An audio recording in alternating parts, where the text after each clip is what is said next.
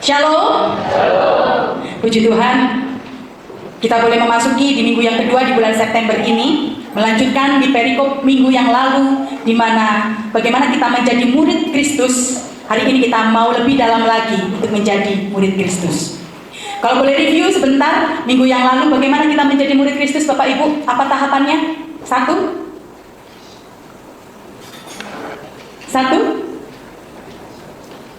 Mengikut Yesus, itulah keputusanku. Jadi ambil keputusan. Yang kedua apa? Berani bayar harga. Betul? Mengutamakan Yesus di atas segala-galanya. Bahkan nyawa pun tidak disayangkan karena nama Yesus. Yang ketiga, pikul salib. Kelihatannya mudah untuk diucapkan, tetapi prosesnya panjang seumur hidup kita. Karena itu mari yuk kita belajar. Saya mengajak Bapak Ibu untuk membuka Yohanes 8 ayat yang ke-30 sampai ke-32. Yohanes pasal 8 ayat yang ke-30 sampai ke-32.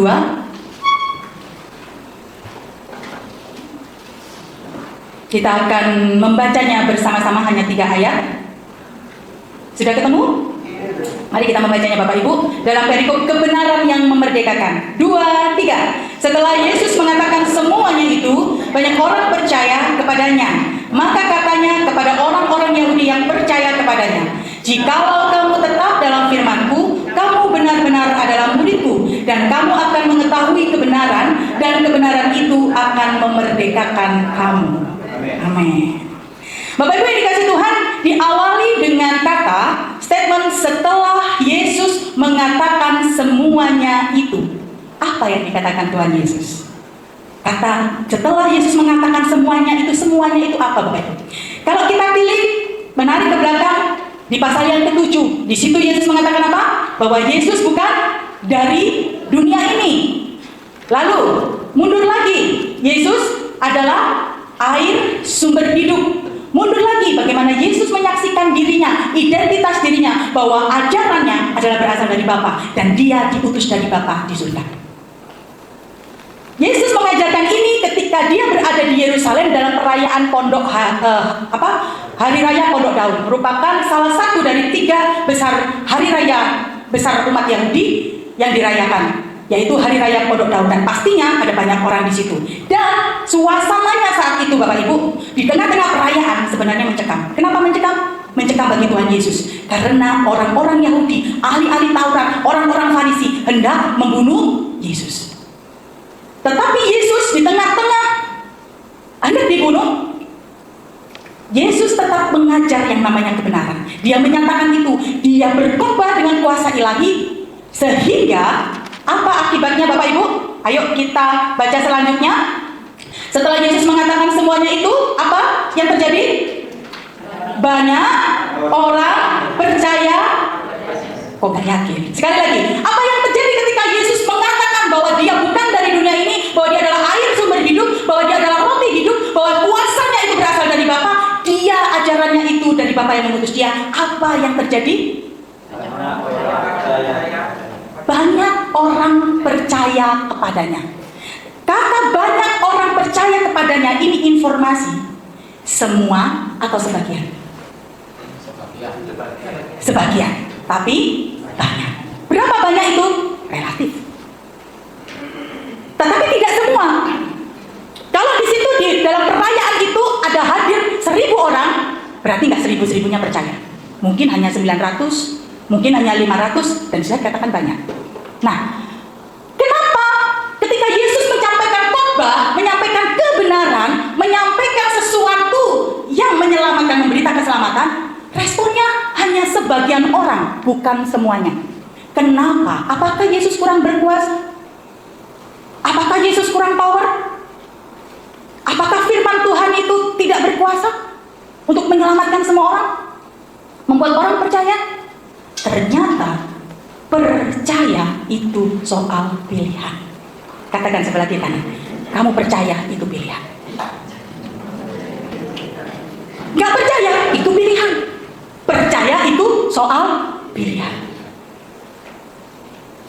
Firman Tuhan itu ya dan amin. Firman Tuhan itu berkuasa. Firman Tuhan itu bahkan dikatakan dalam Alkitab sebagai pedang bermata 2, menusuk tajam, firman Tuhan juga menyelamatkan. Tetapi ketika firman Tuhan disampaikan, tidak semua orang bisa percaya. Bahkan kalau Bapak Ibu baca di pasal yang ke-7, di awal-awal ketika Yesus enggan sebenarnya mau ke Yerusalem. Di situ dia ke Yerusalem karena didesak oleh saudaranya. Dikatakan di pasal 7 itu, saudara-saudaranya sendiri tidak percaya kepadanya. Saudaranya sendiri tidak percaya kepadanya. Jadi bukan karena tidak ada kuasa, tetapi memang percaya itu pilihan. Dan ini yang menjadi kekuatan ketika saya menggumulkan dan ketika saya mempersiapkan firman Tuhan ini, Bapak Ibu. Sebagai seorang penyampai kebenaran firman Tuhan, menyampai pembawa firman, kerinduan sebagai pembawa firman Tuhan yang menyampaikan firman Tuhan ketika menyiapkan, menggumulkan, berdoa, ya, bikin PPT bagus, menggali dan sebagainya, belajar dan sebagainya. Kerinduannya semua jemaat yang menerima itu percaya, berubah, bertobat dan melakukannya. Betul? Suci semuanya langsung. Di sini haleluya, di luar haleluya. Tapi kenyataannya di sini haleluya, ada juga di luar haleluya. Haleluya. Apa firmane Pak Dima? Lah, iya aku, soalnya aku bingung iku lho. Sik mikir no di rumah. Kak, apa firmane tadi? Boyo, aku ngerti ini pokoknya lucu. Padahal sama-sama mendengarkan. Dan itu yang menjadi penghiburan buat saya, bahwa senata percaya itu soal otoritas. Nah, Bapak Ibu yang dikasih Tuhan, di ayat yang ke-31 yuk kita lihat. Banyak orang percaya kepadanya. Lalu apa yang dikatakan Tuhan Yesus? Maka katanya, kata Tuhan Yesus kepada siapa? Orang-orang Yahudi yang percaya kepadanya. Jadi selanjutnya ini, kalau tadinya semua yang dikatakan, kesaksian Yesus tentang dirinya dikatakan untuk semua orang, baik orang yang percaya maupun yang tidak percaya, baik orang yang sudah mengenal dia maupun yang belum mengenal dia, baik orang yang menolak dia maupun orang yang menerima dia. Tetapi perkataan ini selanjutnya khusus Bapak Ibu diberikan kepada siapa? Orang yang percaya. Saya tanya, Bapak Ibu di sini percaya? Orang percaya atau bukan? Orang percaya atau bukan? Amin. Orang percaya. Benar? Sungguh-sungguh percaya? Serius percaya? Enggak setengah-setengah? Amin. Malaikat Tuhan mendengar dan mencatatnya ya Bapak Ibu ya, di kitab kehidupan. Amin. Ya. Nah, apakah benar orang-orang Yahudi yang percaya itu membuat Tuhan Yesus langsung senang? Wah, ternyata ada yang percaya sama saya, kata Tuhan Yesus. Tuhan tidak silau. Ketika ada orang yang percaya, Tuhan, aku percaya dengan perkataan. Tuhan itu pribadi yang mengasihi dengan cara mendidik Bapak Ibu. Makanya kalau kita itu dikasihi Tuhan dan dididik Tuhan, itu kita dikasihi dengan sempurna. Tapi Tuhan itu tidak mau memanjakan orang, sekalipun Tuhan bisa bikin mujizat. Tapi kalau Tuhan sudah memilih seseorang, Tuhan ingin mendidik dia. Bahkan murid-murid Tuhan di pasal yang ke-6 itu Bapak Ibu ya, kalau Bapak Ibu baca, perkataan Tuhan itu keras kepada murid-muridnya. Dan murid-muridnya tidak tahu, aduh kayaknya susah ini perkataan Tuhan untuk kita lakukan. Apa yang dilakukan? Undur mereka. Jadi Bapak Ibu kalau sedang dididik Tuhan, baik dalam pelayanan, baik dalam kehidupan, itu caranya Tuhan mencintai kita. Bapak Ibu kalau punya anak, pengen memanjakan atau mendidik? Pasti mendidik kan? Kadang rotan pun bisa dipukul di pantat, telinga bisa dijewer ketika dia salah. Tidak membiarkan anak itu. Tuhan pun seperti itu Bapak Ibu. Nah, ketika orang-orang itu percaya kepada Tuhan, Tuhan nggak langsung memuji. Waduh, bagus. Kalau begitu kamu adalah muridku. Dikatakan seperti itu? Tidak. Kita lihat di selanjutnya. Maka katanya kepada orang-orang Yahudi yang percaya kepadanya, jikalau kamu tetap dalam firman-Ku, kamu benar-benar adalah murid-Ku. Yuk, next. Kata kamu benar-benar adalah murid-Ku, ada syaratnya. Jika apa? Kamu tetap dalam firman. Kita lihat dulu, kamu benar-benar adalah murid-Ku. Banyak orang yang menganggap ketika dia percaya menerima Yesus Kristus sebagai Tuhan dan Juru Selamat, langsung menjadi murid Tuhan. Bapak Ibu setuju atau tidak? Setuju atau tidak? Tidak. Kenapa tidak? Bapak Ibu, ketika kita menerima Yesus Tuhan sebagai Tuhan dan Juru Selamat secara pribadi, kita percaya, kita dibaptis, kita menyerahkan diri. Kita ini sebenarnya sudah sah secara de jure. De jure ya, jadi sah, diakui di mata Tuhan. kamu orang percaya. Tetapi belum tentu secara apa? De facto. Apa itu de facto? Lihat dulu faktanya, lihat dulu kenyataannya, buktinya ada apa enggak. Karena itu Tuhan katakan, kamu benar-benar adalah muridku. Kata benar-benar itu artinya kamu sungguh-sungguh muridku. Kalau ada kata sungguh-sungguh muridku, berarti ada murid yang tidak sungguh-sungguh, hanya ngaku-ngaku. Lip sync ada, percaya Yesus. Percaya Yesus Tuhan, oh iya saya percaya. Tetapi belum menjadi benar-benar murid. Artinya ada murid yang sejati, ada juga murid yang tidak sejati. Dan orang yang memutuskan percaya Yesus belum tentu menjadi murid Tuhan Yesus yang sejati kalau belum ada de facto. Apa itu de factonya Bapak Ibu? Next. Di situ dikatakan tadi apa? Jikalau kamu tetap dalam firman-Ku. Apa itu namanya tetap dalam firman Bapak Ibu? Tetap itu bahasa aslinya dalam bahasa Yunani itu meno. Apa? Meno. Artinya tinggal, berdiam, menetap, terus-menerus berada di dalamnya dan tidak berpindah. Berarti dia tidak akan bisa dikoyahkan. Dan dia selalu continue. Di dalam versi bahasa Inggrisnya itu continue in my word. Artinya terus-menerus berada di dalam firman Tuhan. Kata terus-menerus di dalam firman Tuhan, kata tetap dikaitkan dengan murid. Murid itu bahasa Inggrisnya apa? Disciples, ya. Tulisannya kayaknya salah. Disciples. Seorang murid atau seorang disciples, ya, harus punya yang namanya disiplin.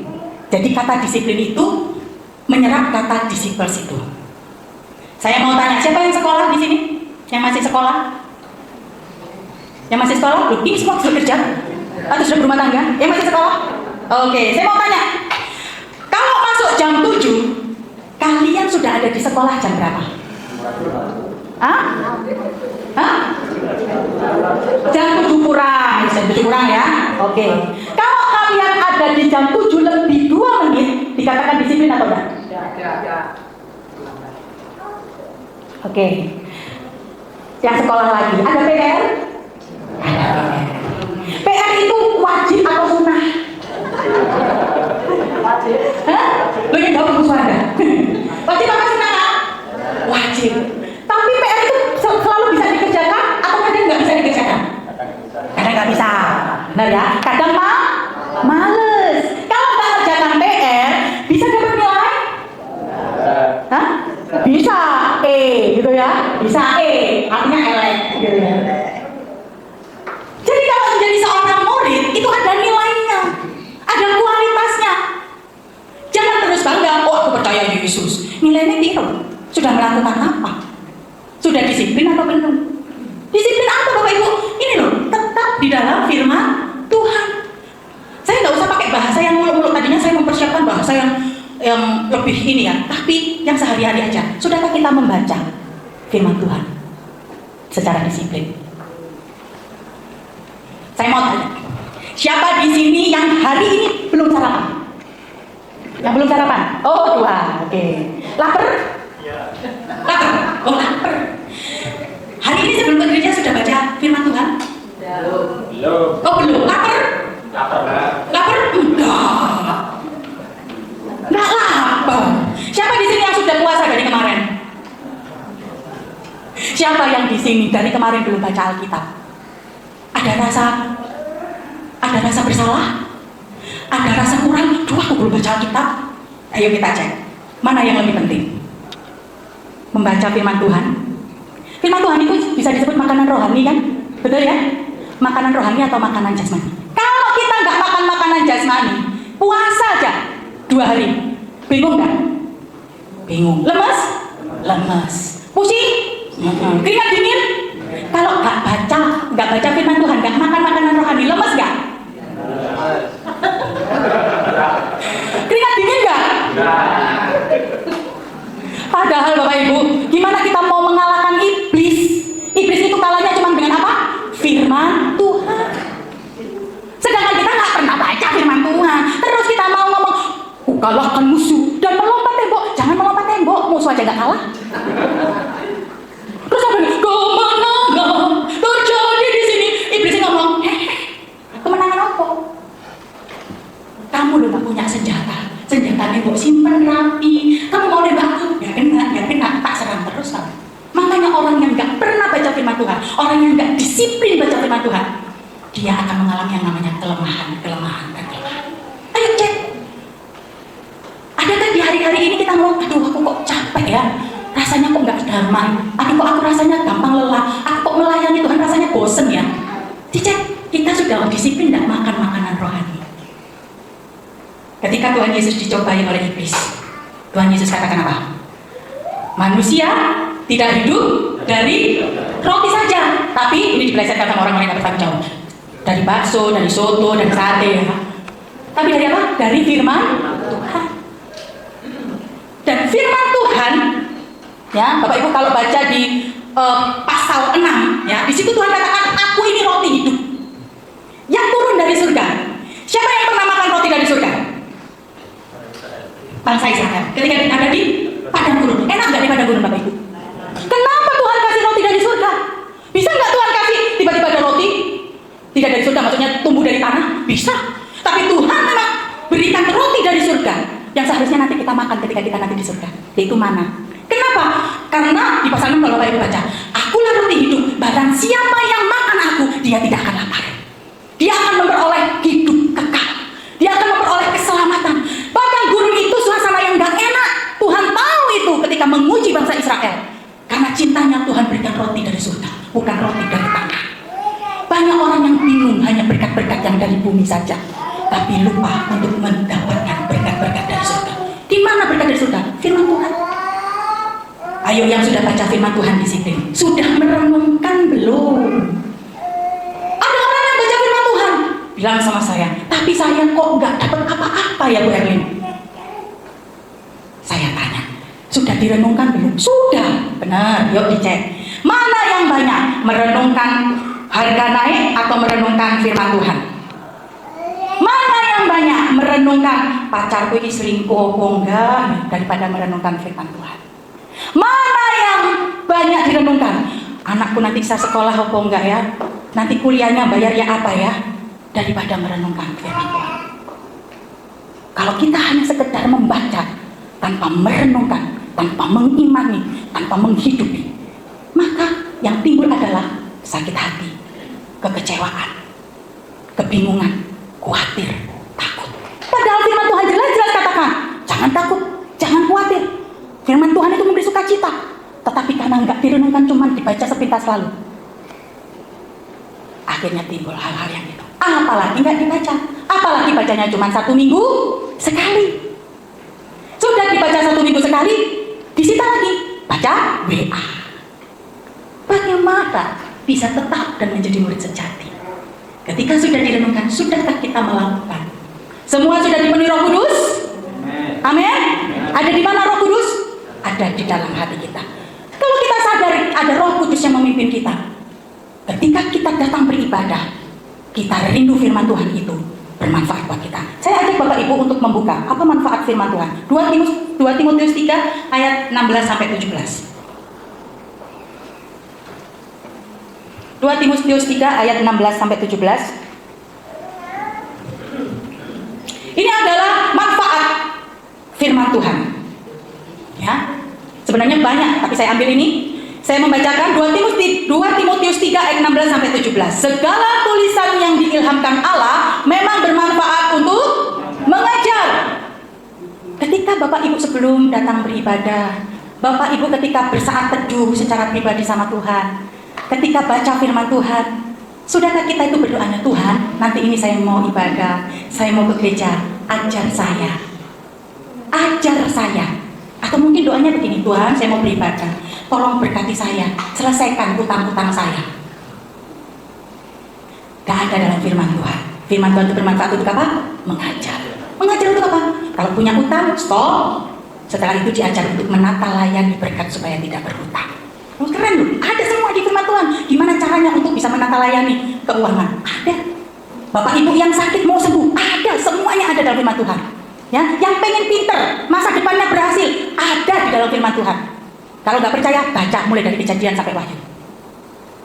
Rahasia kehidupan semuanya ada dalam firman Tuhan. Yang kedua, untuk apa? Menyatakan kesalahan. Kenapa untuk menyatakan kesalahan? Karena sekalipun kita menjadi orang yang percaya dan ditebus sama Tuhan, kita masih tinggal di dalam daging dan kita tidak lepas dari yang namanya dosa. Tetapi bedanya, ketika orang percaya pada Yesus, sudah ditebus dan terima Yesus sebagai Tuhan dan Juru Selamat, dia tidak hidup di dalam dosa.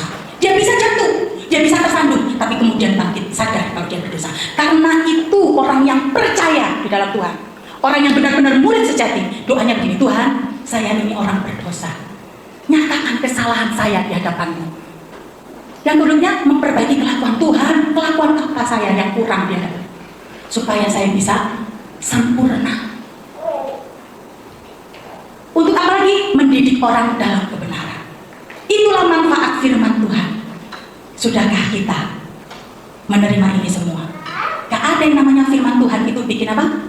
Dari sepeda motor jadi mobil, gak ada. Ya, istri satu jadi dua, gak ada. Loh, Bu, tapi di firman Tuhan itu kan boleh menikah lebih dari satu. Ya Pak ya? Bapak-bapak, boleh menikah lebih dari satu? Tidak. Loh, Abraham menikah lebih dari satu? Pak Jimmy, mau? Abraham belum. Bapak Ibu, di dalam Alkitab itu terkandung dua. Apa? Dua, yaitu informasi dan perintah. Apa? Informasi dan perintah. Kalau informasi, itu sesuatu yang dilakukan enggak? Sesuatu yang dilakukan? Enggak. Misalnya Ibu, Bu Sanda, saya tadi itu loh makan ayam bumbu RW. Enggak ada sesuatu yang harus dilakukan Bu Sanda kan? Saya hanya menginfokan. Tapi Bu Suwanda, tolong masakkan saya pangsit nih. Itu apa? Perintah. Mana yang harus dilakukan? Perintah. Tapi banyak orang Kristen yang melakukan informasi. Lu gak apa-apa kau lebih dari satu. Abraham, bapak orang percaya aja istrinya dua. Itu informasi, gak usah dilakukan. Oke. Jadi Bapak Ibu kembali, ketika orang yang tetap di dalam firman, dia pasti membaca terus-menerus, merenungkan terus-menerus, melakukan terus-menerus. Apapun keadaannya, tidak akan pernah berhenti, tidak akan pernah berpindah. Dia tetap pegangannya firman Tuhan. Sehingga ketika orang tetap dalam firman Tuhan, next, apa berikutnya? Tandanya murid sejati, mengetahui kebenaran. Orang yang mengetahui kebenaran, di ayat 32 dikatakan, dan kamu akan mengetahui kebenaran. Itu dampak ketika orang tetap di dalam firman. Dampaknya,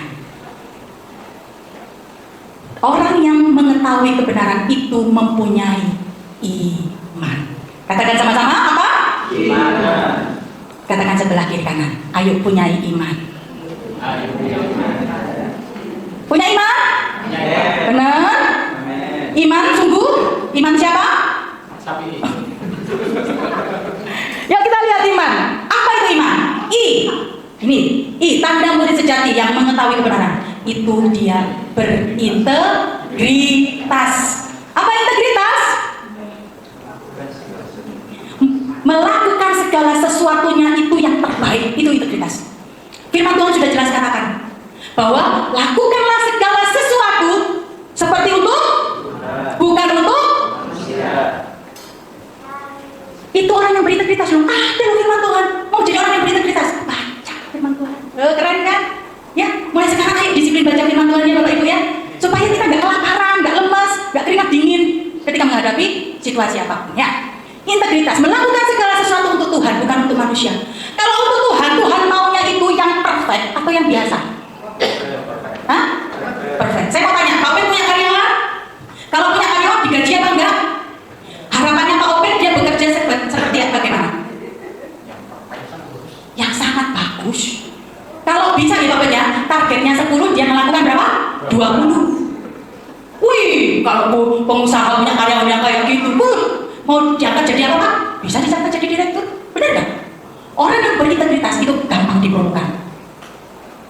Nggak percaya? Yuk kita lihat. Ketika Tuhan memberi perumpamaan talenta, ya, masih ingat perumpamaan talenta?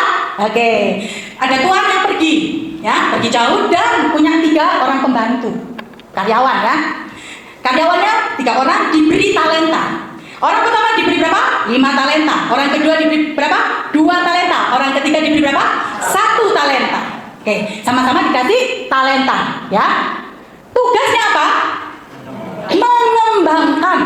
Nih contoh Pak Obed, ya. Pak Obed punya 3 karyawan. Nih tak kasih 5 pekerjaan, 2 pekerjaan, 1 pekerjaan. Omset target, ya. Nah, kembangkan itu ya. Ya. Nah, kemudian setelah pulang, harapannya tuannya ini Pak Obednya apa? Bisa berkembang kan? Oke, datang orang yang menerima 5 talenta. Pak Obed, saya menerima 5 talenta. Lihat, ini saya berikan ke Pak Obed 10 talenta. Berkembang berapa? 5. Berkembang berapa? 100%. Lah, ya, berkembang berapa? 100%. Sebagai pengusaha, Bu Heri, Pak Jimmy, Pak Obed ini kan omset ya. Kayaknya omsetnya 99% atau 100%? 100%. Ya, 100%. Nah, datang karyawan yang kedua, 2 talenta. Berapa hasilnya? 4 talenta. Ketika Tuhan atau Tuhan ini, Pak Obed bilang sama 2 karyawannya yang sudah bisa mengembangkan, ya. Apa katanya? Hai kamu, hambaku yang setia. Apa? Hai kamu hambaku yang setia. Kamu telah setia dalam perkara kecil, kamu kupercayakan perkara besar. Dipromosikan enggak? Promosikan. Tahu promosinya sampai mana? Karena ini perumpamaan yang Tuhan berikan. Turutlah dalam kebahagiaan Tuhanmu. Berarti selevel enggak? Kalau diundang, selevel. Nanti kalau misalnya Bu Heri kawinan, yang undang Pak Presiden, terus saya diundang, berarti saya bisa aja dikatakan saya selevel. Dianggap very selevel, betul ya? Itu kebanggaan loh Bapak Ibu, kebanggaan. Tapi bagaimana dengan karyawan yang 1 talenta? Dia mengeluh, menggerutu. Apa Pak? Kamu gak percaya sama saya kok cuma diberikan 1 talenta. Terus, dia tak kubur, buat apa? Dia kecewa. Apa yang Tuhan katakan? Apa Tuhan ngomong? Oh ya sorry, bukan gitu maksudku. Enggak. Tuhan ngomong apa? Hai hambaku ya, malas dan jahat. Ingat kata, malas dan jahat. Halo, jangan malas. Tuhan gak senang orang malas. Kalau orang malas, Tuhan ngomong apa? Belajar sama semut. Semut yang kita injek-injek ini dipuji lebih daripada orang yang malas. Hai hambaku yang malas dan jahat. Berarti kalau kita gak bisa mengembangkan apa yang Tuhan percayakan dalam hidup kita, dikatakan apa? Jahat. Setelah itu apakah Tuhan mengampuni? Kok? Ya wes gak apa-apa, wes kali ini gak apa-apa. Enggak. Tuhan katakan apa? Masuklah di dalam kertak gigi kegelapan yang paling dalam. Ya neraka Pak, sama dengan neraka. Tak terangkan neraka itu kegelapan yang paling dalam. Ada kertak gigi. Ya. Siapa yang pengen tahu neraka? Saya nggak pengen ya. Jangan sampai kita mau jalan-jalan ke neraka. Makanya yang tahu neraka. Hah? Ibu Lestari yang tahu neraka. Oke, Bapak Ibu. Jadi punyalah integritas sebagai murid sejati. Dalam pelayanan berikan yang terbaik. Saya sangat diberkati dan sangat tersentak juga. Ada seorang hamba Tuhan di YouTube bilang seperti ini. Orang Kristen yang ngaku cinta Yesus, yang ngaku melayani Yesus, sebenarnya dia menempatkan Yesus tidak lebih berharga daripada tiket pesawat. Siapa yang pernah naik pesawat? Saya pernah naik pesawat waktu saya kerja hampir tiap bulan. Bukan sombong Bapak Ibu. Tapi saya nggak senang naik pesawat Bapak Ibu. Pesawatnya jam 6, saya berangkat dari rumah jam 3. Jam 3 Bapak Ibu. Jam 3 saya. Jam 6 pesawatnya. Kalau naik pesawat, berapa jam sebelumnya harus ada di bandara? 1 jam, oke. Kalau saya 2 jam. 1 jam. Ya, minimal 1 jam. Dan itu semua orang melakukannya. Pertanyaannya, kalau ada ibadah, berapa jam sebelumnya ada di gereja? Dan itu saya tersentak. Harga Tuhan gak lebih besar daripada harga tiket ke Bali. Harga Tuhan gak nggak lebih besar daripada tiket ke Singapura. Padahal yang namanya tiket pesawat bisa mempermainkan kita tuh, bisa delay tuh. Kalau delay bisa kita marah? Nggak bisa. Saya pernah delay 3 jam Bapak Ibu. Dan dikasih makan, pengiritan katanya. Benar? Ya saya ini menunggu sudah. Orang mau marah-marah ya nggak bisa. Oh pesawatnya nggak ada, mau marah gimana? Apa dia akan ada pesawat yang parkir? Sudah saya naik pesawat itu aja. Bisa seperti itu? Nggak bisa. Ya kalau itu apa? Itu saya betul-betul tersentak. Karena saya sering trip ke naik pesawat dan memang juga saya pernah terlambat Bapak Ibu. Terlambatnya gara-gara saya itu mules ke kamar mandi. Pas boarding dipanggil-panggil, saya nggak dengar. Terus setelah itu kok sepi ruang tunggunya. Duh, itu jadi pesawat semua. Ibu kemana? Saya malah dimarah-marahin. Pernah Bapak Ibu ke gereja ibadah, ketika terlambat dimarah-marahin. Ibu kemana? Ini sudah mulai. Pernah? Ini cuma nunggu ibu aja loh pilotnya. Ya saya mules. Sudah bayar, nunggu lama, delay, saya mules malah nggak dipahami. Ya toh, nggak dipahami saya ini, malah dimarahi. Dikatakan pilotnya nunggu, padahal saya nunggu lebih lama lah, lebih dari pilot. Tapi kenapa orang lebih protes sama Tuhan? Tuhan nggak pernah delay kasih berkat buat kita. Ada yang di sini delay dikasih nafas sama Tuhan? Ada? Coba dikasih delay nafas sama Tuhan, semenit aja, semenit. Dan hamba Tuhan itu katakan, coba kalau Bapak Ibu telat 5 menit ke gereja, Tuhan kasih delay berhenti nafas 5 menit bagaimana? Wih, saya langsung tersentak. Keras banget Bapak Ibu, tapi itu memberkati saya. Sejak itu saya bilang, Tuhan jangan sampai saya telat. Wong ke kantor aja saya nggak boleh telat, masa buat Tuhan saya telat? Dan hamba Tuhan itu ngomong, terserah Bapak Ibu mau ngundang saya, nggak ngundang saya terserah. Mau tahu hamba Tuhannya? Ridwan Huta Barat. Silakan dengarkan, keras banget Bapak Ibu, tapi sangat mendidik dan melatih saya. Saya lebih senang hamba Tuhan yang menegur seperti itu daripada yang oh itu Tuhan diberkati, ikut ini kayak dimanja-manjakan gitu Bapak Ibu. Udah terlatih saya. Ya, oke kita kembali. Kemudian kenapa kita bisa terlatih? Supaya Tuhan ingin kita jadi militan. Apa militan? Militan itu teguh, militan itu tegas, nggak terombang-ambing. Bapak Ibu tahu Daniel? Tahu Daniel? Kalau ada Sadrak, Mesak dan Abednego itu ya. Kalau kita ada berada dengan Sadrak, Mesak dan Abednego, tentunya kita tidak mungkin sanggup seperti mereka. Mereka ini militan banget loh Bapak Ibu. Mereka itu berada di satu pemerintahan, tapi mereka bilang, aku nggak mau makan makanan raja, karena mereka lebih taat kepada Allah daripada manusia. Resikonya apa? Nyawa. Nggak menghargai aturan negara. Terus kedua, ketika disuruh menyembah patung Nebukadnezar, apa yang mereka katakan? Saya tidak mau menyembah, saya hanya mau menyembah kepada Tuhan.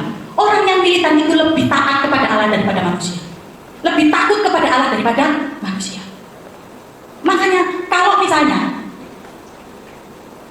ada orang yang jahatin kita, ada orang yang nyuekin kita, tapi kalau memang kita berada yang di posisi yang benar sesuai dengan firman Tuhan, gak usah bingung, nanti saya dijauhi, nanti saya dikucilkan. Lebih enak mana? Dijauhi manusia atau dijauhi Allah?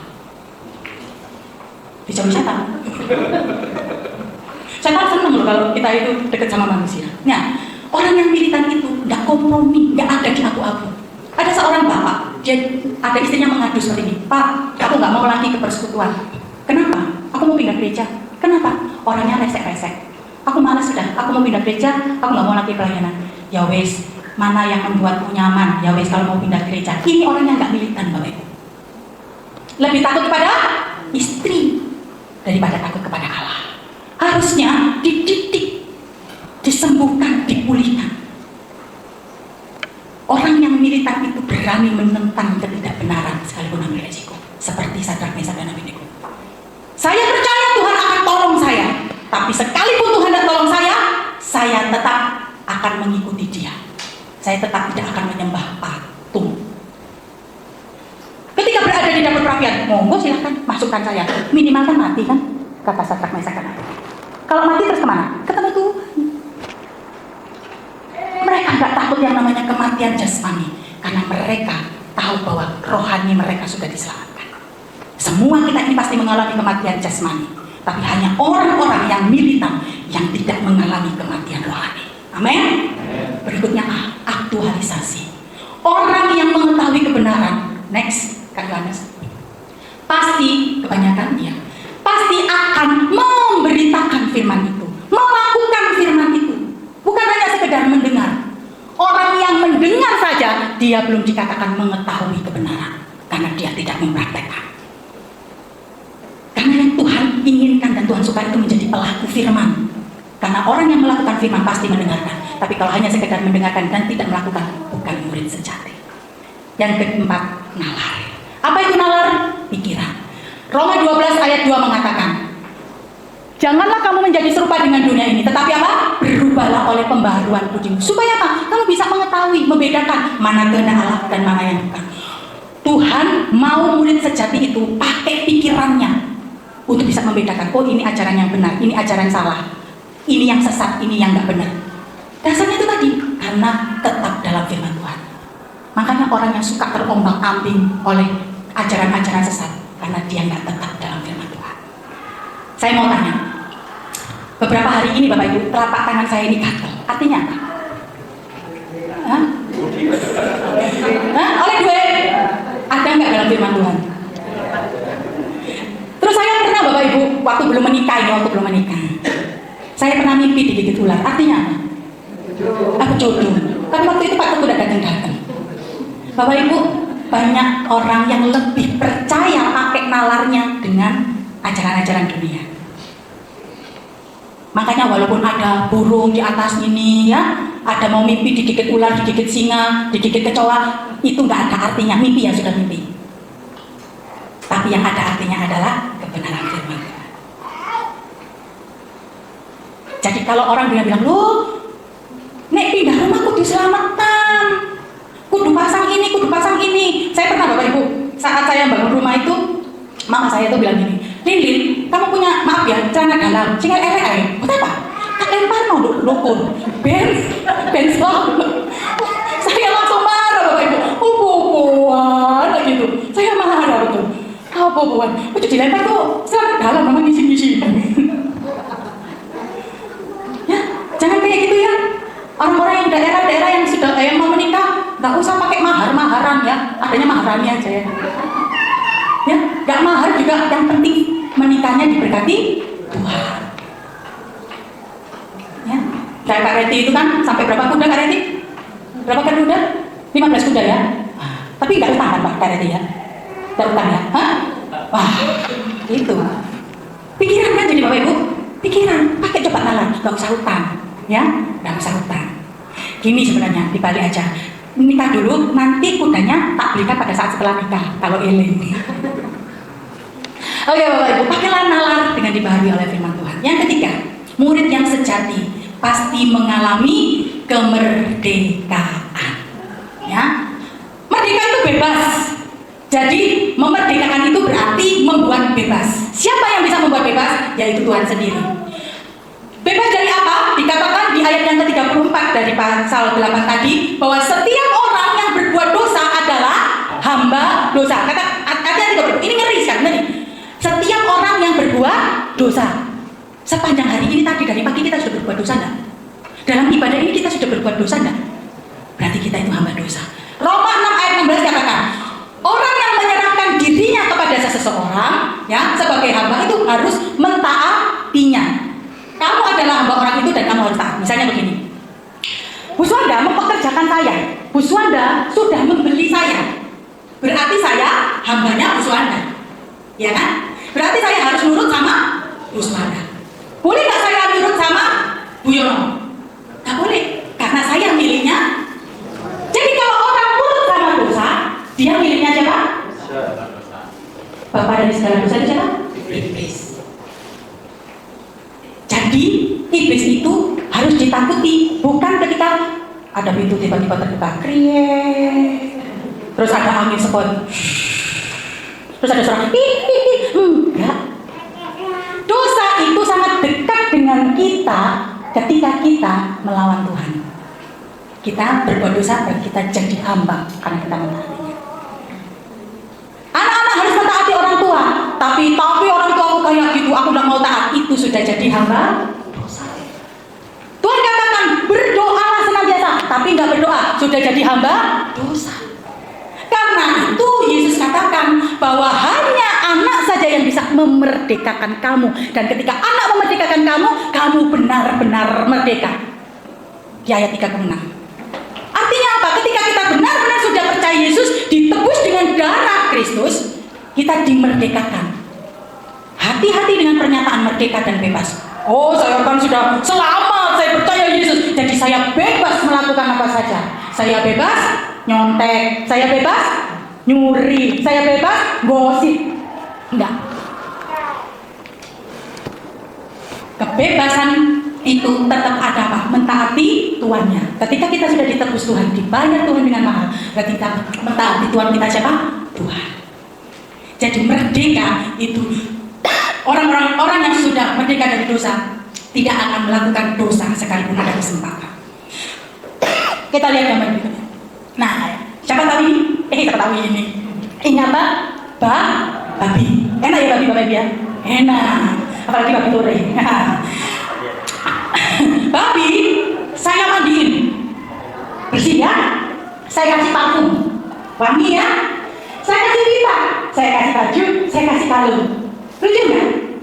Kita anggap, oh dia masih seneng ini karena dia sudah bersih, dia sudah apa? Wangi, dia sudah dandan. Kita samakan dengan kita seneng pasti ini ya. Kan babi sudah di sini aja ya. Ketika kita pergi, apa yang dilakukan babi? Next. Nah, pom. Tuh, Pak Apit mau semua pom kelumpur. Itu orang yang belum merdeka, Bapak Ibu. Orang yang merdeka, dia tidak akan kembali pada dosa. Ketika tahu dosa, jijik dia. No. Dan dia tidak mau menimbun sampah dosa di dalam hidupnya. Amin. Sebagai kesimpulan, jadilah murid sejati. Tetap disiplin dalam firman Tuhan. Dan milikilah iman. Apa iman? Integritas, militan, aktualisasi, dan marah di dalam Kristus, sehingga kebenarannya memerdekakan kita dari dosa. Dan kita disebut murid sejati.